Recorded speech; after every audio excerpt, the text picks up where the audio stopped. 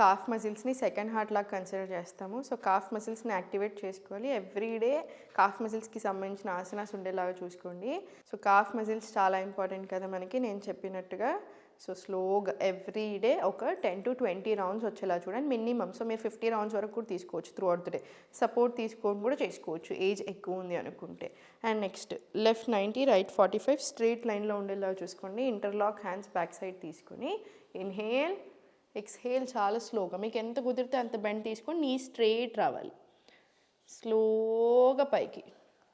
ఇది కూడా 5 to 10 rounds వచ్చేలా చూడండి. సేమ్ లెగ్స్ మార్చండి. రైట్ 90 లెఫ్ట్ 45 సేమ్ ఇటు సైడ్ కూడా ఒక 10 to 20 రౌండ్స్ వచ్చేలాగా చూసుకోండి. And then one of the most beautiful asanas ఎప్పటికీ చెప్పేది నేను, మలాసన.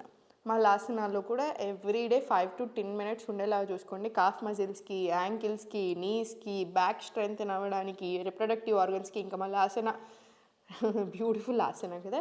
సో ఎవ్రీడే మలాసనలో కూడా ఒక 5 minutes ఉండగలిగేలాగా చూసుకోండి చాలు.